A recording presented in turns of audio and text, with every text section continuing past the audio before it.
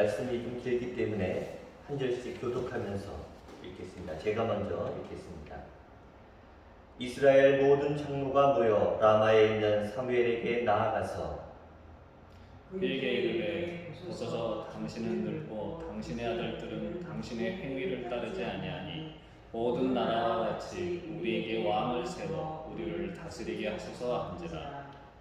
우리에게 왕을 주어 우리를 다스리게 하라 했을 때에 사무엘이 그것을 기뻐하지 아니하여 여호와께 기도하매 여호와께서 사무엘에게 이르시되 백성이 내게 한 말을 다 들으라. 이는 그들이 너를 버림이 아니요 나를 버려 자기들의 왕이 되지 못하게 함이니라. 내가 그들을 애굽에서 인도하여 낸 날부터 오늘까지 그들은 모든 행사로 나를 버리고 다른 신들을 섬김같이 내게도 그러하는도다. 그러므로 그들의 말을 듣되 너는 그들에게 엄히 경고하고 그들을 다스릴 왕의 제도를 가르치라. 사무엘이 왕을 요구하는 백성에게 여호와의 모든 말씀을 말하여 이르되 너희를 다스릴 왕의 제도는 이러하니라.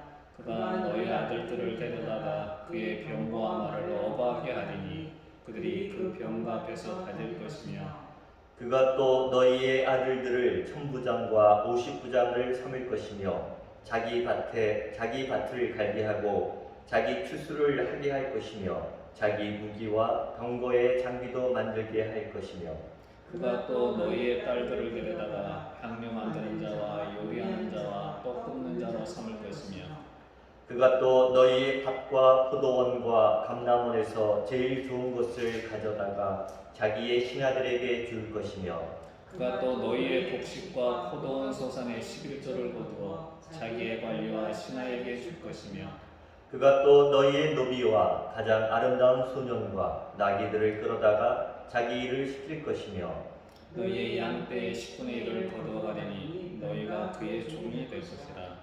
그날에 너희는 너희가 택한 왕으로 말미암아 부르짖되 그날에 여호와께서 너희에게 응답하지 아니하시리라 하니 백성이 사무엘의 말 듣기를 거절하려 이르되 아니로소이다. 우리도 우리 왕이 있어야 하리니 같이 읽겠습니다. 우리도 다른 나라들 같이 되어 우리의 왕이 우리를 다스리며 우리 앞에 나가서 우리의 싸움을 싸워야 할 것이니이다 하는지라. 아멘.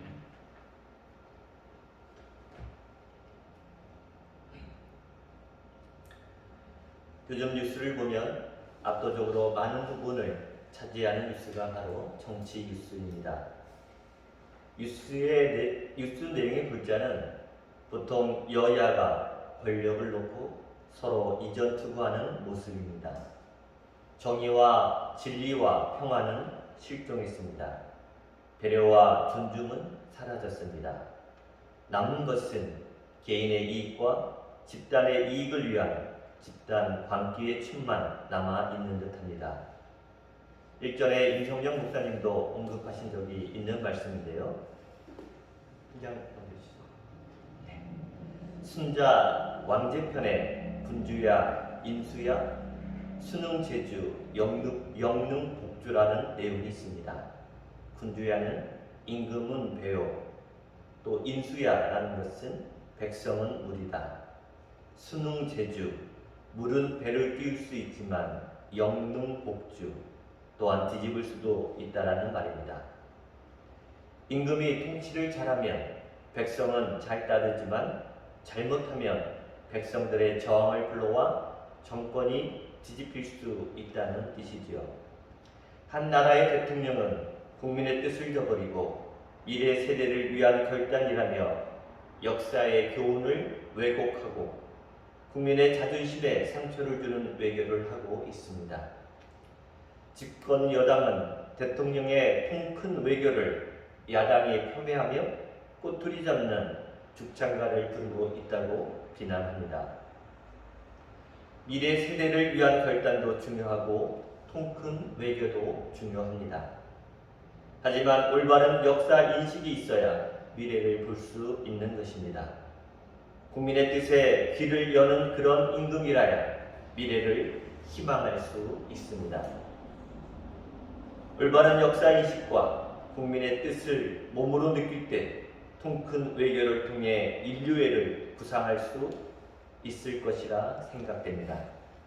한 개인의, 한 집단의, 한 국가의 독단적인 행동이나 행위로는 미래도 이웃과의 평화와 공존도 보장할 수 없기 때문입니다. 오늘 우리가 읽은 말씀 사무엘상의 배경은 사사시대 말입니다. 그때는 왕이 없으므로 모든 사람들이 자기 소견에 오를 대로 행하여 이스라엘 전체가 내적인 면에서 도덕적으로 종교적으로 끝없는 나락에 빠져가던 시대이며 외적인 면에서는 외세의 잦은 침략과 약탈로 불안한 삶을 살던 시기였습니다. 더욱이 블레셋과의 전쟁에서는 참패는 물론이요 여호와의 궤마저 탈취당하는 참상을 겪기도 했습니다. 그런 이스라엘의 혼돈과 암흑기에 오늘 우리가 읽은 8장의 말씀은 이스라엘 백성들이 사무엘을 찾아와 다른 나라들과 같이 우리에게 왕을 세워 우리를 다스려 달라는 사건의 이야기입니다. 사무엘이 늙음에 그의 아들들을 이스라엘의 사사로 삼았다 합니다. 오늘 우리가 읽지 않은 1절의 말씀입니다. 물론 한정된 지역인 브엘세바이긴 하지만요. 사사시대의 이스라엘은 하나님이 사사를 통해서 통치하는 신정국가였습니다. 사사는 세습이 아니라 은혜의 원리에 따라 다음 세대로 이양되는 것입니다. 다시 말하면 여호와의 영이 임한 자, 하나님이 친히 택하신 자가 사사가 되는 것입니다. 그런데 사무엘은 자신의 두 아들에게 사사의 권한을 세습합니다. 더욱이 그 두 아들은 아버지의 행위를 따르지 아니하고 이익을 따라 뇌물을 받고 판결을 굽게 합니다. 사사로서의 온전한 삶을 살지 못하고 있는 것입니다. 그렇게 이스라엘의 모든 장로들이 사무엘에게 찾아와서 왕을 요구하고 있습니다. 장로들은 이스라엘의 앞날이 걱정스러웠을 것입니다. 더욱이 사사시대 말기에는 이스라엘의 왕이 없으므로 사람들이 각기 자기의 소견에 옳은 대로 행하여 종교적으로 도덕적으로 타락과 부패로 이스라엘의 암흑의 시대라 일컬을 정도로 혼란한 시기였습니다. 또한 아멜렉과 모압과 블레셋 같은 주변 강대국들은 호시탐탐 이스라엘을 침략하여 노략질하고 영토를 침략합니다. 이런 상황에서 종교적으로 도덕적으로 타락한 사사들에게 이스라엘을 맡길 수 없음을 인지한 장로들의 선택은 주변국들과 같은 강력한 왕권을 원했던 것입니다. 그런데 7장에서 사사 사무엘의 통치로 유례없는 평화를 맞았음에도 이스라엘 백성은 열방과 같이 왕을 원합니다. 사무엘의 연로함을 이유로 지금까지는 성공적으로 이스라엘을 다스렸으나 이제 늙었기 때문에 체력과 판단력이 약해졌을 것이라 주장합니다. 사무엘이 후계자로 삼은 아들들이 정직하지도 공의롭지도 못하다는 주장입니다. 이런 주장도 얼핏 들으면 일리가 있어 보입니다. 하지만 더 근본적인 문제는 이스라엘 백성들과 장로들은 보이지 않는 하나님의 통치보다 보이는 인간의 통치를 원하기에 이스라엘 백성에게 사무엘의 늙음, 요엘과 아비야의 사사 세습과 그들의 악행은 좋은 구실을 제공했던 것입니다. 이스라엘 백성과 장로들이 보기에 왕정은 고대 근동세계에서 가장 선진적인 정치 체제였습니다. 당시 찬란한 문명을 이룬 모든 민족이 왕정을 채택했기 때문입니다. 문명의 후발주자였던 이스라엘은 왕정을 채택함으로써 열방과 같은 선진 문명을 이루려 했었던 것 같습니다. 왕정 국가는 부족 국가들이 할 수 없는 일도 척척 해낼 수 있었습니다. 대규모 건설 사업에 필요한 노동력과 자원을 효과적으로 조달하는 체계 덕분에 왕정의 도시마다 하늘까지 치솟는 탑과 화려하고 거대한 궁전과 신전, 상하수도 시설 등이 들어섰고, 농촌에는 대규모 관계시설이 갖추어져서 농산물이 안정적으로 공급되었습니다. 치안도 유지되니 사람들은 부도 축적할 수 있었을 것입니다. 왕정이 이런 문명을 보고 들은 이스라엘이 왕정을 선망한 것은 당연한 것일 수도 있습니다. 가나안 중앙공원 지대에서 촌락 생활을 영위한 이스라엘에게 왕정은 더 나은 삶으로 가는 지름길이었을 것입니다. 왕정은 적의 침입에도 효과적으로 대응할 수 있는 체제입니다. 왕의 명령은 강제력을 가지고 있기에 국가의 위기 때 큰 군대를 신속히 조직할 수 있고, 상비군을 두어 외세의 침입에 즉각적으로 방어할 수도 있고, 기본적인 치안도 유지할 수 있습니다. 이러한 것들을 고려할 때 이스라엘이 원시적인 사사 제도를 버리고 첨단 왕정을 받아들이는 것은 시대적 요구처럼 보입니다. 이 흐름에 반대하는 것은 역사를 거꾸로 돌리는 반동이요 판단착오적 사고라 생각했을 것입니다. 그렇기에 보이지 않는 하나님의 다스림을 버리고 눈에 보이는 인간 왕의 다스림을 요구합니다. 그런데 뜻밖에도 하나님은 사무엘에게 그들의 말을 들어주라 하십니다. 그러면서 그들을 다스릴 왕의 제도를 가르쳐 주셨습니다. 11절에서 17절의 내용입니다.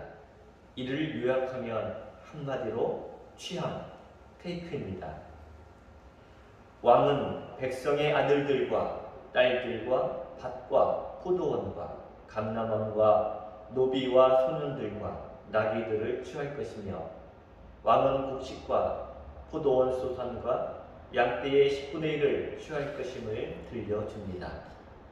왕은 그 특성상 취하는 자로 세금이든 강탈이든 징경이든 간에 취하는 것이 그의 이름을 일깨워 줍니다. 왕이 취하는 것은 백성들의 삶의 전 영역에 영향을 미칠 것입니다.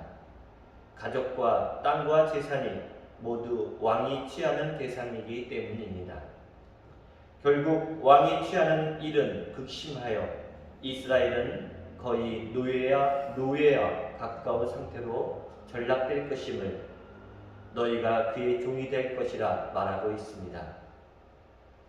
결국 왕을 요구하는 것은 신정정치 아래에서의 자유와 불확실성보다는 인간 왕 아래에서의 종됨과 나름대로의 확실성을 요구하는 것이었습니다. 또한 왕정이 되면 종이 되는 불행한 결과로 이어지는 것이 다가 아닙니다. 18절을 보십시오. 왕으로 인해 이스라엘이 고통을 당해 부르짖어도 여호와께서는 응답하지 않겠다 말하고 있습니다. 사무엘의 이런 심각한 경고에도 불구하고 이스라엘 백성들은 뒤로 물러서지 않습니다. 19절에 보시면 백성들은 사무엘의 말 듣기를 거절하며 아니로소이다, 우리도 우리 왕이 있어야 합니다 라고 강력히 주장합니다. 이스라엘 백성들은 왕정이 가져다줄 폐해에 대해서 사무엘에게 듣고도 전혀 개의치 않습니다. 왕정의 욕구는 커질 대로 커져 있습니다. 우리도 우리 왕이 있어야 합니다. 우리도 다른 나라들과 같이 되어 우리 왕이 우리를 다스리며 우리 앞에 나가서 우리의 싸움을 싸워야 할 것입니다. 이스라엘 백성들은 자기들을 위해 전투에 나가 싸우는 왕을 요구합니다. 아니, 이스라엘은 열방과 같이 되기를 원합니다. 이 요구는 이스라엘의 소명을 정면으로 거부하는 것입니다. 이스라엘의 왕은 오직 여호와 한 분이심에도 불구하고 우리 위에 왕이 있어야 한다고 요구하고 있는 것입니다. 이스라엘은 이제 열방과 같은 우리 왕이 있어야 한다고 아우성치고 있습니다. 우리를 다스리며 우리 앞에 나가서 우리의 싸움을 싸우는 왕이 있어야 한다는 것입니다. 우리라는 단어가 무려 7번이나 사용되고 있음을 주목해야 합니다. 우리라는 단어의 7번의 반복은 지금까지의 통치 시스템에 대한 정면 거부로 들립니다. 우리 왕이 우리를 다스려야 한다는 말은 무슨 뜻입니까? 전에는 이스라엘 위에 왕이 없었다는 뜻이 아니겠습니까? 그러기에 이스라엘의 왕의 요구는 여호와의 왕되심을 거부하는 것이요, 우리를 다스리는 왕이 있어야 한다는 의미는 여호와께서 이스라엘을 다스리지 않았다는 것입니다. 결국 인간 왕의 요구는 유일하신 왕인 여호와 하나님이나 현재 사사인 사무엘보다 열방과 같은 인간 왕을 앞세우고 있는 것입니다. 보이지 않는 하나님의 통치보다 보이는 사람의 통치를 신뢰했기 때문입니다. 자신들의 자유를 조금 양보하더라도 눈에 보이는 안정적인 무엇인가를 얻고 싶었던 것입니다. 보이지 않는 것을 믿음으로 바라보기보다 보이는 무기, 제도, 문명을 신뢰하는 것입니다. 저는 고대 이스라엘 백성들이 눈에 보이지 않는 하나님의 다스림을 저버리고 주변 나라들과 같이 눈에 보이는 왕의 다스림을 갈망하는 삶의 그림자를 통해서 현대를 살아가는 그리스도인들의 삶의 모습을 봅니다. 우리의 삶의 주인, 왕은 누구입니까? 고대 이스라엘 백성들이 주변의 다른 나라들과 같이 강력한 카리스마, 리더십을 가진 왕과 체제를 통해 나의 삶의 안정과 번영을 꿈꾸었듯이 현대의 삶 속에서 물질적 풍요를 가져다줄 권력과 명예를 지켜줄 그 무엇인가를 찾아 내 삶의 중심을 주님에게서 만몬이나 바알에게 옮겨놓지는 않았는지 생각해 보아야 합니다. 부동산, 주식, 고급 자가용, 인류 대학, 대기업이나 공기업 취직, 많은 연봉, 성적 지상주의 등 이런 흐름의 기류에 편승하지 않으면 나고자요, 패배자요, 루저라는 말을 듣습니다. 그래서 레위기 19장 너희는 거룩하라 이는 나 여호와 너희 하나님이 거룩함이니라 말씀하시면서 하나님이 우리에게 거룩한 삶을 살라고 가르쳐 주셨던 의와 진리와 공평의 삶을 통해 우리 주변의 가난한 사람들, 슬픔에 애통하는 사람들, 병으로 고통받는 사람들, 억압받고 억눌리고 고통 속에 좌절하는 사람들을 돌볼 겨를이 없습니다. 심지어는 예배드리는 시간도 허락되지 않습니다. 우리 실존을 삼엄하게 둘러치는 절망의 어둠에 이길 힘은 물질도 권력도 아닙니다. 삶으로 진리요 길이요 진리요 생명 되심을 보여주신 예수님께 있음을 고백하시기 바랍니다. 이스라엘 백성이 왕을 원한 근본 동기는 왕정이 시대의 요청이라는 판단 때문입니다. 이스라엘도 열방처럼 강력한 왕을 중심으로 국경지대의 안정을 찾고 발달된 도시 문명을 이루고 싶었습니다. 보이지 않는 하나님의 통치는 가나안 땅에서 언약 백성으로 살아갈 충분한 환경이었지만 그들은 열방 민족과 같이 되고 싶어서였습니다. 자유를 포기하더라도 왕이 물질적 풍요와 안정을 보장해 주기를 원했습니다.